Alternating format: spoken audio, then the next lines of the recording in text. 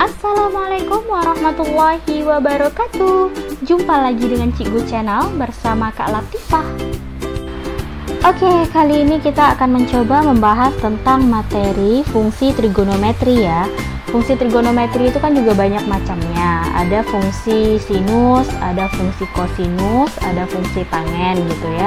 Nah, sekarang kita hanya akan membahas yang bagian fungsi sinus saja terlebih dahulu. Di lain waktu kita akan coba lagi membahas tentang fungsi kosinus. Kita bahas satu persatu dulu ya.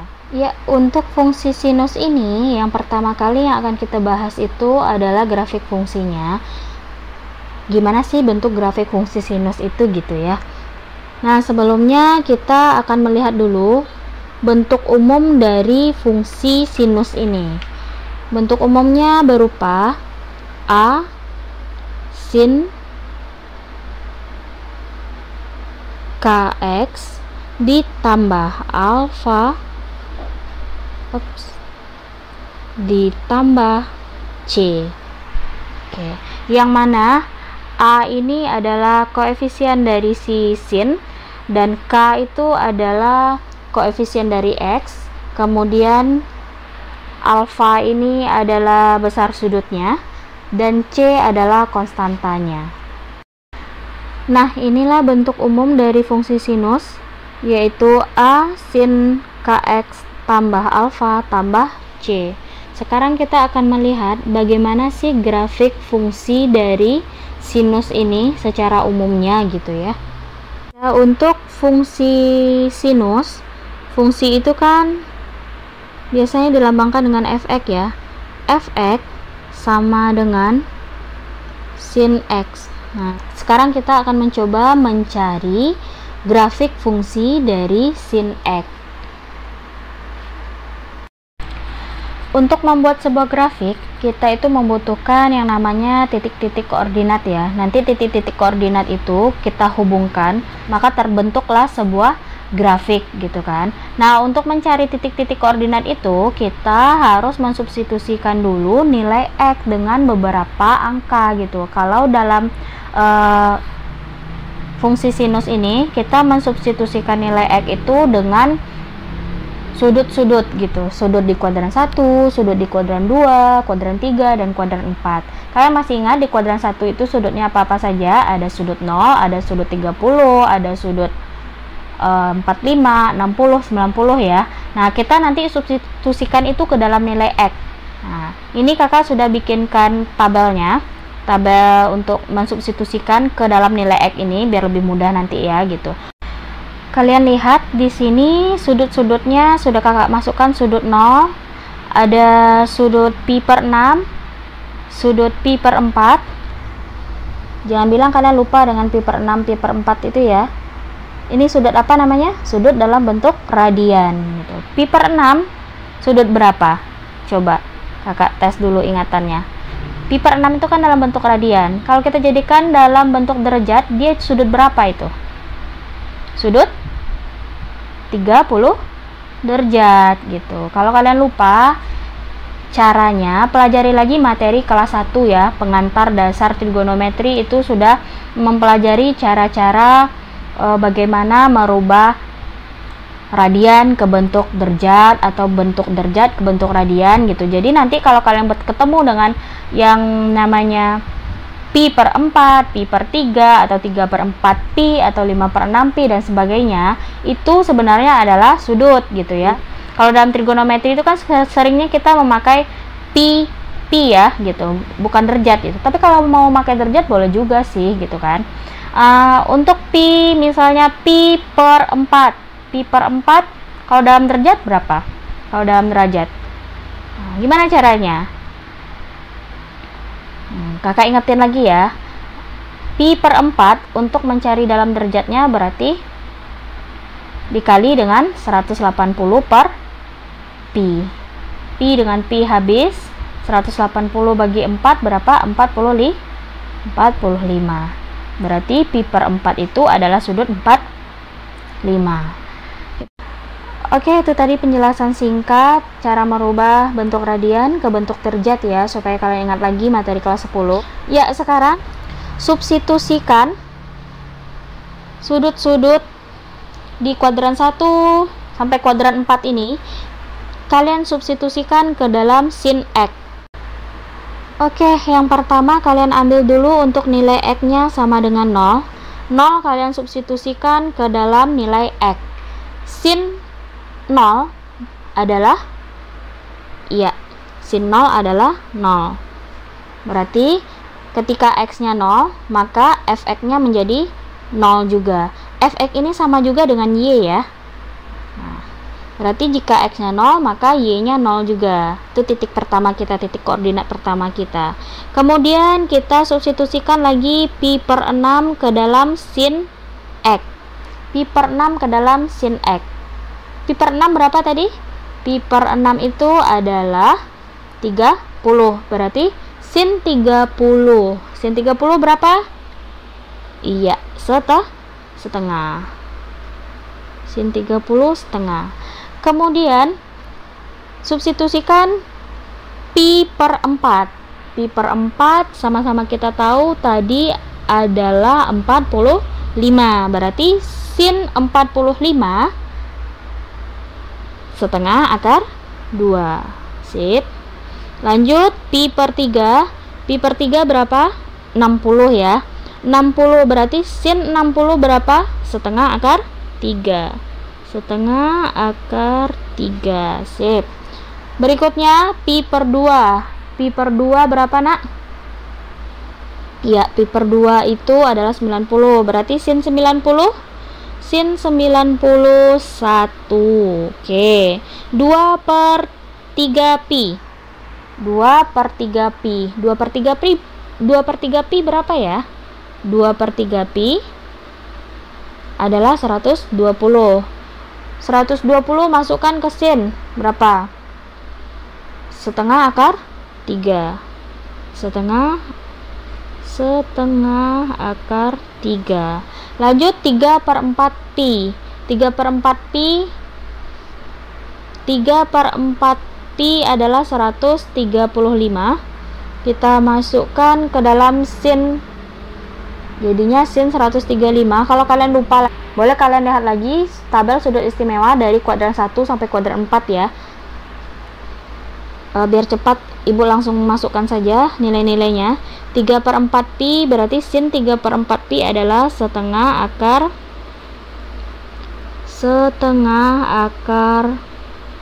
2. 3 per 4 pi. Kemudian untuk 5 per 6 pi masukkan ke sin X, berarti sin 5 per 6 pi menjadi setengah. Kemudian sin pi adalah 0. Lanjut berikutnya sin 7 per 6 pi. Sin 7 per 6 pi adalah min setengah. Lanjut sin 5 per 4 pi. Sin 5 per 4 pi adalah min setengah akar 2. Berikutnya sin 4 per 3 pi. Sin 4 per 3 pi adalah min setengah akar 3. Seterusnya sin 3 per 2 pi. Untuk sin 3 per 2 pi adalah min 1. Berikutnya 5 per 3 pi dimasukkan ke dalam sin X tadi. Sin 5 per 3 pi berapa? Iya, min setengah akar 3. Terus 7 per 4 pi masukkan ke dalam sin X, jadinya sin 7 per 4 pi berapa? Min setengah akar 2. Boleh kalian sambil lihat tabel apa ya, tabel sudut istimewa. Setelah itu masukkan lagi 11 per 6 pi. 11 per 6 pi masukkan ke sin X tadi, berarti sin 11 per 6 pi. Sin 11 per 6 pi adalah min setengah. Setelah itu 2 pi. Sin 2 pi berapa? 2 pi itu berapa nak? 2 pi kan 180 nilainya ya. 2 kali 180 berarti 360. Sin 360 berapa? 0. Selesai, sudah kita dapatkan nilai X dan nilai Y nya. Kita kan tadi sudah substitusikan nilai X Setelah substitusikan nilai X, kita sudah dapat masing-masing nilai Y-nya. Oke, berarti kita sudah dapatkan titik koordinatnya. Sekarang kita akan buatkan bentuk grafik fungsinya dari titik koordinat yang sudah kita dapatkan ini. Nah, ini sudah Ibu buatkan kartesiusnya ya. Tadi nilai X kita kan 0, pi per 6, pi per 4, pi per 3, dan sampai seterusnya. Sampai 2pi ya terakhirnya.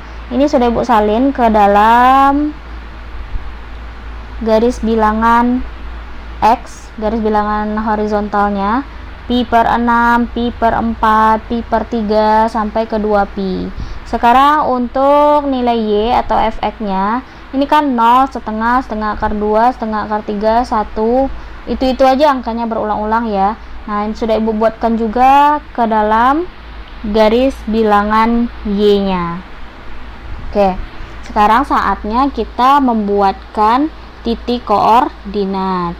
Titik yang pertama yaitu ketika X 0, Y-nya juga 0. Berarti titiknya adalah 0,0. X-nya 0, Y-nya juga 0. Berarti titiknya di sini, titik awalnya. Sip. Setelah itu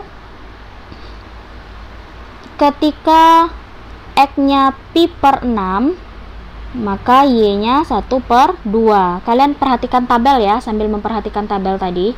Ketika pi per 6, Y-nya 1 per 2. Berarti naik ke atas di sini ya.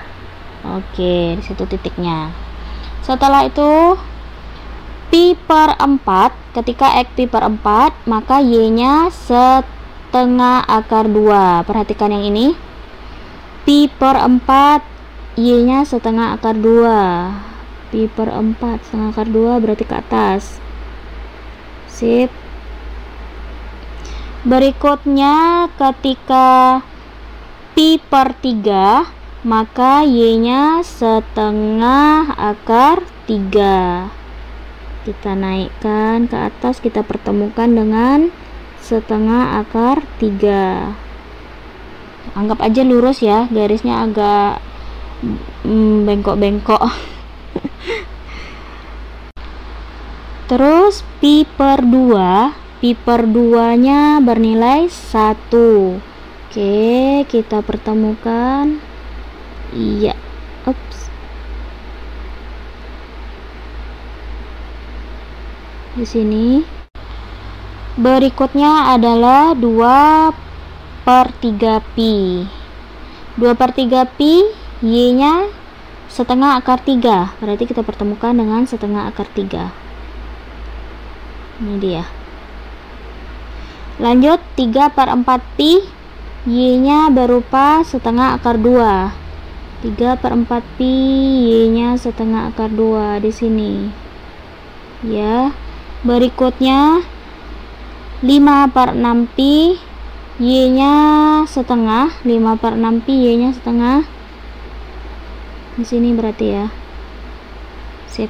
Kalian anggap aja garisnya lurus ya. Nanti kalau kalian nyalin ke buku catatannya, disalin yang rapi, pakai penggaris gitu ya. Kalau nulis di sini nih susah pakai penggarisnya, makanya agak sembraut garisnya. Anggap aja lurus gitu ya. Terus pi lagi ya. Pi nilai Y-nya 0. Berarti Y-nya 0, X-nya pi. Berarti di sini. Sip. Berikutnya 7 per 6 pi. 7 per 6 pi adalah min setengah. Ke bawah. 7 per 6 pi adalah min setengah. Y-nya min setengah maksudnya ya. Oh, berarti di sini dia titiknya. Sip. Berikutnya 5 per 4 pi. Oh, nggak kelihatan.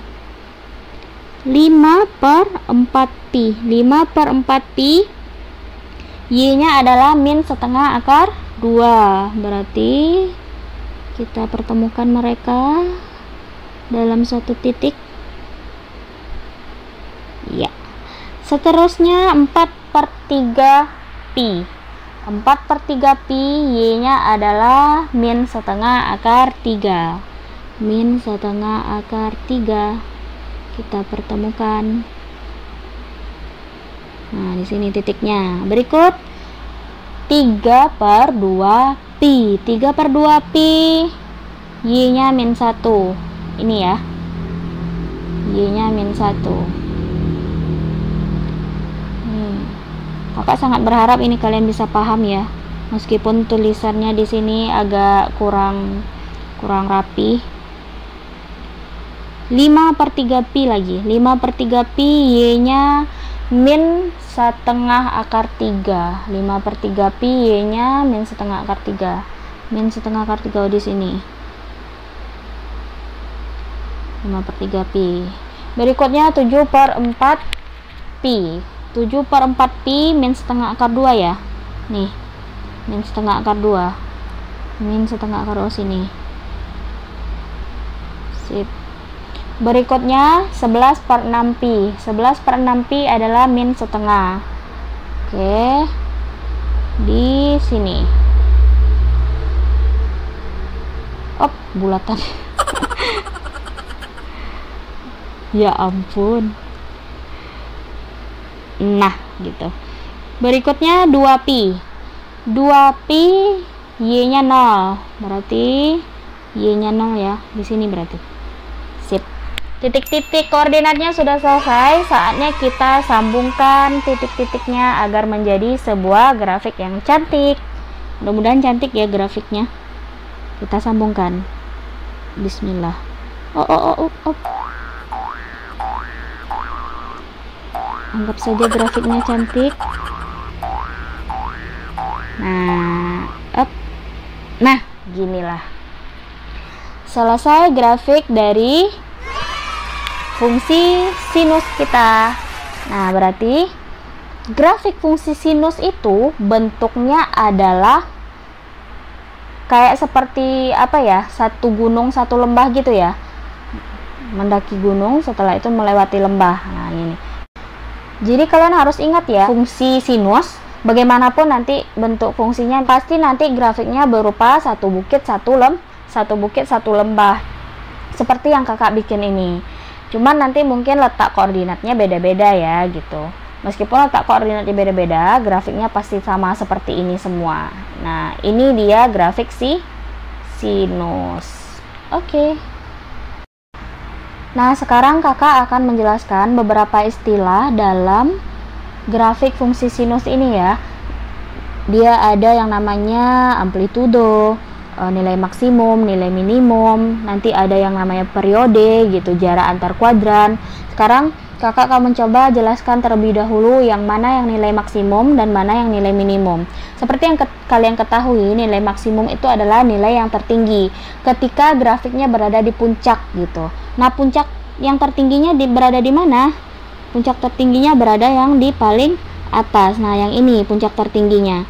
Di mana letaknya? Yaitu saat berada di 1. Nah, berarti nilai maksimumnya adalah 1. Berarti nilai maksimumnya adalah 1 gitu loh. Nah, sekarang kita lihat nilai minimumnya. Sama-sama kalian ketahui minimum itu pasti adalah nilai terkecil atau terbawah gitu ya. Yang kalian lihat di grafik ini, yang minimumnya yang mana?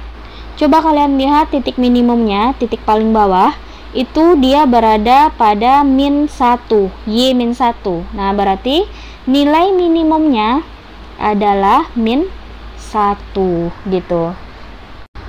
Sekarang kalian akan kakak perkenalkan dengan yang namanya amplitudo. Ya, amplitudo adalah jarak dari titik maksimal atau dari titik minimum, maksimum atau minimum ke sumbu X. Nah, titik maksimum kita tadi kan yang paling atas ini.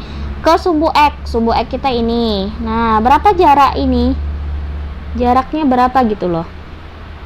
Ialah 1.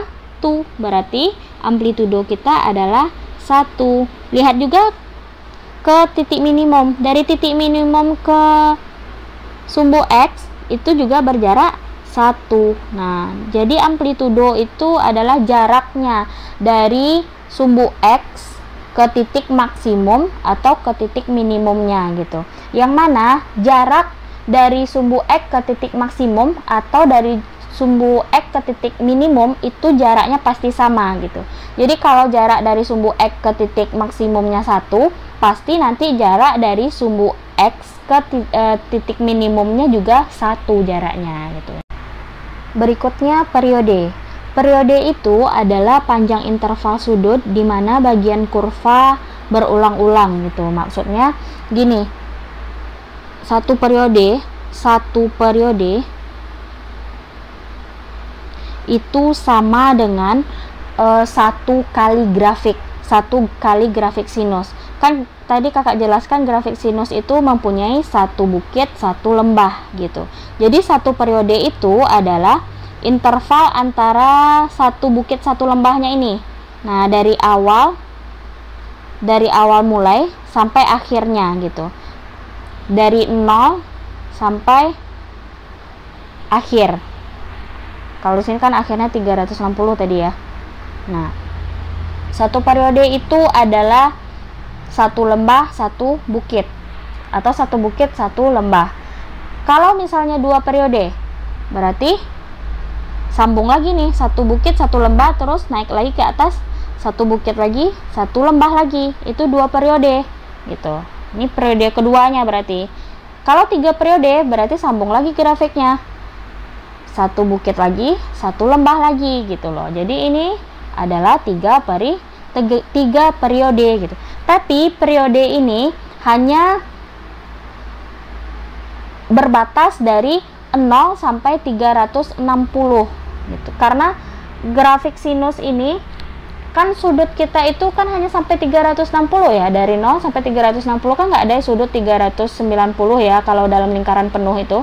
Satu lingkaran penuh itu sudutnya adalah 360. Berarti dalam periode itu sudutnya hanya dari 0 sampai maksimalnya 360 sudutnya gitu.